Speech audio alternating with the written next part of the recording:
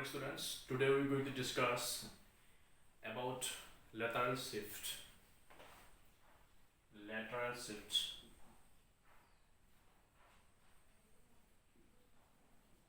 In the previous classes, we have discussed about refraction of light, Snell's law, refractive index. All these things we have discussed in the previous classes. And today we have we're going to discuss about this topic, lateral shift. You please note down the headline.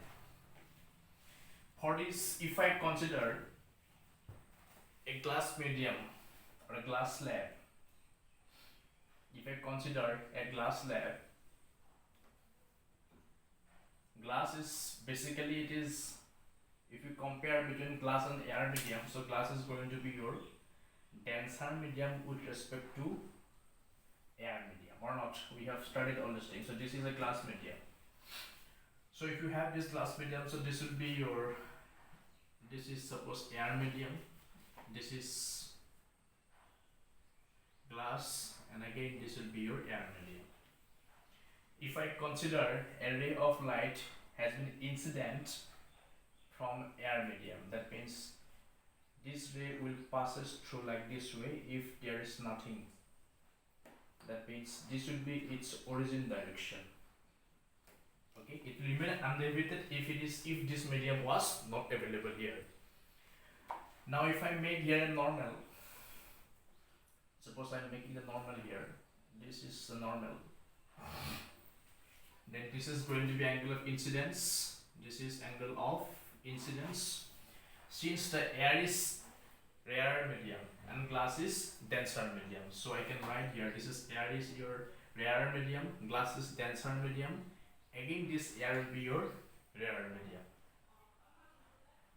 Now in this case you can see one thing, so since the light is traveling from rarer to denser medium, that means this ray will bend towards the normal. We have found this thing in the previous class, and this will be angle of refraction, and this will be angle of deviation. And let us consider, suppose this is angle of deviation by small d. Direction is mandatory. Again, if this ray continued to come, and if it is come out from the glass medium to air medium, again if I make the normal, then this ray will go away from the normal. Understand? Okay, so you have got a two situation. In the first situation, it came from air to glass medium. Air to glass medium means coming from rarer to denser medium. That is why this ray bent towards the normal. Second thing, what happened, that this light is traveling from denser to rarer medium. That means this ray is going away from the normal. Understand this very simple phenomena? Rarer to denser towards the normal, denser to rarer away from the normal. Now as you can see, this ray is undeviated. This ray is undeviated, and this ray will be known as your emergent ray. Remember, emergent. This ray is emergent ray, and this ray is your undeviated ray. So if I consider the perpendicular distance between undeviated ray and emergent ray, and if I suppose this is to be delta x, then this distance, this perpendicular distance between these two rays, that is emergent ray and undeviated ray, is going to be your lateral shift. Now understand what is lateral shift. Lateral shift is nothing but it is the distance between undeviated ray and emergent ray. This is undeviated ray, you have understood, and this is emergent ray, the ray which is emerges, that is called emergent ray. Now in this case, couple of things will take place. If I consider the thickness of this glass slab, suppose thickness of the glass slab supposed to be T. Thickness of the glass slab is your T. Understand? Now if I give some name of it, suppose this is point A, this is point B, this is point C, this is D, this is one more point, this is suppose E. Now from here you can see that this is right angle triangle, this is also a right angle triangle. Now from here you can find angle of emergence, angle of deviation, angle of deviation. Angle of deviation will be your D. D is angle of deviation. D is equal to angle of deviation. D will be equal to angle of I minus angle of R. We have discussed how can it be calculated. Angle of deviation in this case, angle I minus angle R. So these are the direction of it. Don't forget to provide the direction. That's very important thing. Okay, so angle of deviation is I minus angle R. Now rest of the things I am writing this side.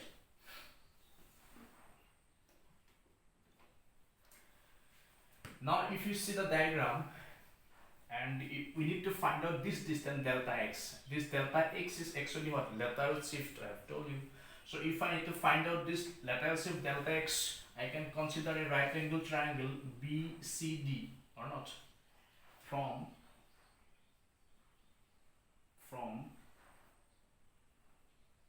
right angle triangle,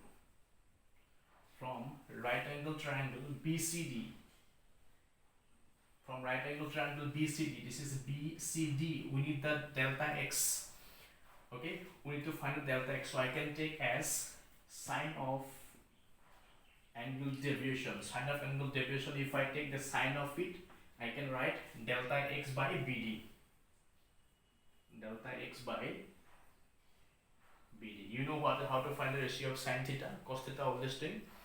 So sine of D I have taken from a triangle BCD. Then sine of D will be your delta x by BD. Understand? Now this sine of D is nothing. Now this sine of D, that is D means your what? Angle of I minus angle of R is equal to delta x by BD. Now from here if you find out that therefore delta x is equal to, you can write BD into sine I minus angle R. Suppose this is number 1 equation. Is that clear? It's very simple thing, you can see. Now again, if you see another right angle triangle, this is right angle triangle BED. Previously we have considered right angle triangle to which one? Right angle triangle BCD. And from there we have formed this number 1 equation.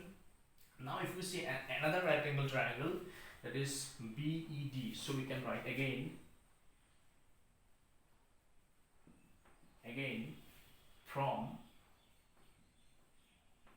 from right angle triangle, you can see this right angle triangle, that is BED. Again from BED. In case of BED, you can see this R angle is here, so I can take, let me tell you one thing. You can see this BE. What is this BE? BE is the thickness of the particular glass set. So BE will be thickness, but we have no information about what is this BD. So we need to find out the value of this BD. Okay. So I will take care of cos of R. Cos of R is equal to, if I take the cos of R, I can easily find the value of BD. So cos of R will be your BD by BE. Okay. Sorry. It is cos of R will be BE by BD. Cos of R is equal to BE by BD.